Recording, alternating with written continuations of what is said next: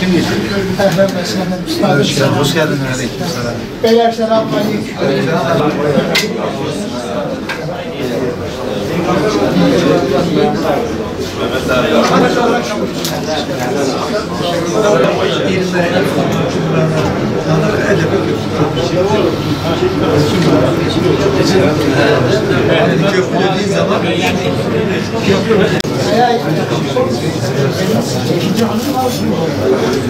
Bilal otur.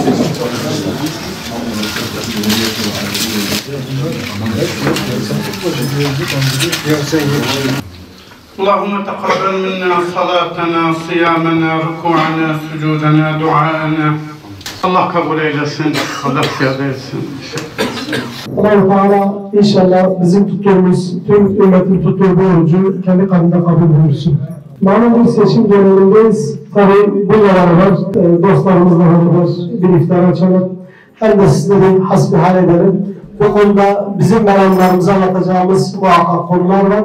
Sizin de bize soracağınız varsa inşallah onları da almaya çalışalım. Hepiniz tekrar hoş geldiniz, sefalar getirdiniz. Malum bir seçim mahallinde bulunuyoruz ve şu anda yoğun bir şekilde sahada çalışmalarımızı devam ettirmekteyiz. Parti davası gütmüyoruz. Hüdapar diyoruz, bir dava partisidir. Ve o şekilde hareket ediyoruz. Şu anda sahada kadın kollarımız olsun, gençlik kollarımız olsun, il ilçe teşkilatlarımız olsun ve adaylarımız olsun yoğun bir şekilde faaliyet yürütmektedirler. Tek gayeleri vardır. O da başta Allah rızası ve sonra şu memleketin maslahatıdır. Ve yine adaylarımız aynı şekilde gece gündüz demeden yoğun bir faaliyet içindedirler. Hiçbirisinin hubbucah dediğimiz yani şan, şöhret, mevki, makam, hırsı Allah'a hamdolsun hiçbirinde yoktur. Tek gayemiz, tek amacımız dediğim gibi başta rıza ilahidir ve daha sonra şu memleketin maslahatıdır. Onun için gayret ediyoruz, onun için çalışıyoruz. Ve bizler Hüdapar olarak gerek inancımızı, gerek kültürümüzü, gerek tarihimizi yönetime taşımak istiyoruz. Yani derdimiz, davamız aslında budur. Bu değerleri yaşanır bir hale getirmeye çalışıyoruz. Bizim ölçümüz Kur'an ve sünnettir. Bunu her yerde söylüyoruz. Ölçümüz Kur'an ve sünnettir.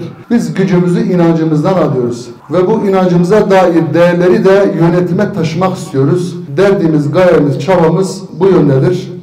Bundan dolayı sizlerden destek istiyoruz, destek bekliyoruz. Allah hepinizden razı olsun. Bu güzel dost meclisinde bir araya gelme şerefini bize bahşettiğiniz için hepinize teşekkür ediyorum. Hoş geldiniz, sefalar getirdiniz. Allah hepinizden razı olsun. Rabbim orucumuzu kabul etsin, ibadetlerimizi, duamızı, Kur'an'ımızı kabul etsin. Güzel, hayırlı, sururlu bir bayrama da vasile eylesin inşallah. Sözümüzün başı her zaman bu süreçte Filistin'dir, Mescid-i Aksa'dır, Gazze'deki kardeşlerimizdir. Bu vesileyle onlara da elbette ki bir atıfta bulunmak istiyoruz. Rabbim onlara bu mübarek ayda bütün İslam ümmetini ve onları sevindirecek bir zafer bahşeylesin. Herkesin bu Ramazan'da duası Filistin içindir. Bizim şüphemiz yok. İslam ümmetini, Gazze'yi, imanı olan herkes, düşünen herkes muhakkak ki bu Ramazan ayı içerisinde ilk duasının Gazze için olduğunu hepimiz biliyoruz. Hepimiz buradaki tüm kardeşlerimiz de böyledir. Bundan hiç şüphemiz yok. Bütün bu dualar hürmetine Rabbim ümmetin bütün sorumluluğunu o kıt imkanlarına hatta hiç olmayan imkanlarına rağmen sırtlanmış olan kardeşlerimize bir zafer bahşeylesin. Dünyanın başına, insanlığın başına bela olmuş olan Siyonizmi kahru perişan eylesin, mağlup eylesin inşallah. Hem Siyonizmi hem Siyonizmin destekçilerini kahru perişan eylesin. Bize göre böyle bir sonuç, böyle bir zafer bizim için her şeyden daha değerlidir. Emin olabilirsiniz. Hüdapar'ın iktidara gelmesinden de belki bütün belediyeleri almasından da bizim için çok daha değerli bir sonuçtur bu. Allah-u Teala bu seçim sürecini de barışla, suhuletle, güzellikle neticelendirmeyi bize nasip etsin. Memleketimizin birliği, beraberliği, kardeşliği, huzuru aynı şekilde bizim için her şeyin üzerindedir. Seçimler gelip geçicidir. Rekabetlerin sadece seçim döneminde kalması elbette ki bir zarurettir. Ondan sonrasında ise bizim hep beraber hiçbir farklılığa takılmaksızın memleketimiz için, insanımız için, huzurumuz için, değerlerimiz için çalışması, gayret etmesi gerekir. Tecrübeleri bir araya getirmek, memleketin hizmetine sunmak bizim için çok önemli, çok değerli. Burası belki Hüdapar'ın bir il başkanlığı olabilir ama biz buraya siyaset üstü bir anlayışla yaklaşıyoruz. Siyaset üstü bir kardeşlik ruhuyla bir arada olmak istiyoruz. Önemli olan bizim hiçbir farklılığa takılmaksızın, hiçbir fikri, düşünsel ayrılığa takılmaksızın düşüncemizi, tecrübelerimizi, hassasiyetlerimizi özellikle insanımız için, memleketimiz için hayata geçirmek, istifadeye açmaktır. Elbette ki herkesin aynı tip düşünmesi gerektiği gibi bir yanılgıda değiliz. Herkesin kendisine göre bir düşüncesi var. Biz hepsine saygı duyuyoruz. Olması gereken de belki odur. Düşünceler farklı farklı olabilir ama memleketin faydası, memleketin maslahatı, birliğin, beraberliğin, kardeşliğin tesisi, insanımızın huzuru, değerlerimizin muhafazası, insanımızın Allah'a yakınlaştırılması, gençlerimizin özellikle cami ile barıştırılması, cami ve cami kültürüyle barıştırılması hepimizin ortak paydasıdır. Memleketimizde dünya kadar sorun var. Dünya kadar büyük küçük çok fazla sorunla boğuşuyoruz. Sorunlardan söz ettik. Evet, dünya kadar sorun var. Kimisi fiziki sorunlar, altyapı, üst yapıya dair sorunlar, yol, hastane, kanalizasyon, sağlık sorunları ve diğer benzeri sorunlar, hizmet yani anlamındaki sorunlar. Bu çok önemli bir mesele, çok önemli sorunlar.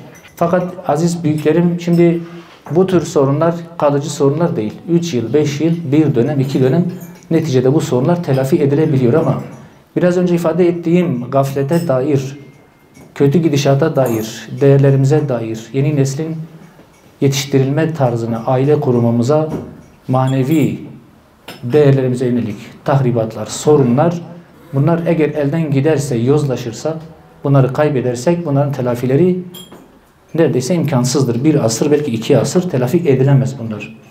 5 yıl önce, 10 yıl önce, 20 yıl öncenin Türkiye'sinde de fiziki anlamda sorunlar, durum çok farklıydı. Her geçen gün çok daha iyiye doğru bir gidiş elbette ki var.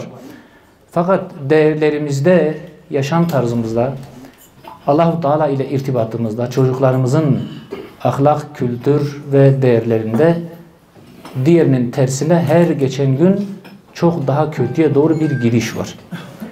Artık hırsızlık, yolsuzluk, usulsüzlük, faiz, rant ve benzeri şeyler artık ayıp olmaktan çıkmış, kınanmaktan çıkmış, doğallaşmış. Çoğu yerde doğal hak olarak görülmeye başlanmış. Zina, gayrimeşru ilişkiler, evlilik dışı ilişkiler, ahlaksızlıklar artık Türkiye'de ayıplanan şeyler değil. Birçok yerde de belki çağdaşlığın alameti olarak algılanmaya başlamış. Evlilik bitmiş, aile kurumu dağılmış. Bizim en fazla üzerinde durduğumuz husus, değerli kardeşlerim, bu değerlere yönelik kötü gidişat ve sorunlardır. Bu çok önemli bir musibet. Musibetin büyüğü de bizim kişi bazında söylemiyorum, il bazında da söylemiyorum. Yöneticilerimizin, büyüklerimizin, devletimizin ya da işin içerisinde olan insanların bu musibetin farkında olmamaları. Türkiye büyüyor, Türkiye gelişiyor. Teknolojik anlamda işte şu kadar ilerleme var. Askeri savunma sistemimizi kuruyoruz, kurmaya başlamışız gibi şeyler söylenir. Bunlar hepsi doğru ama maalesef Türkiye gerçekten çok kötü bir durumda.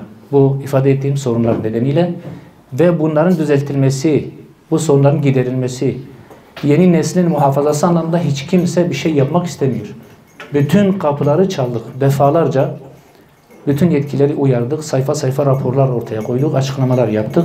Şu sonucu ortaya çıkardı ki bu işten muzdarip olan insanlar bu işi kendi elleriyle yapmak zorundadır. Başka kimsede bu endişe, bu hassasiyet kalmamış. Bu bize göre büyük bir musibet. Farkındalık olması anlamında ben bunları ifade etmek istedim.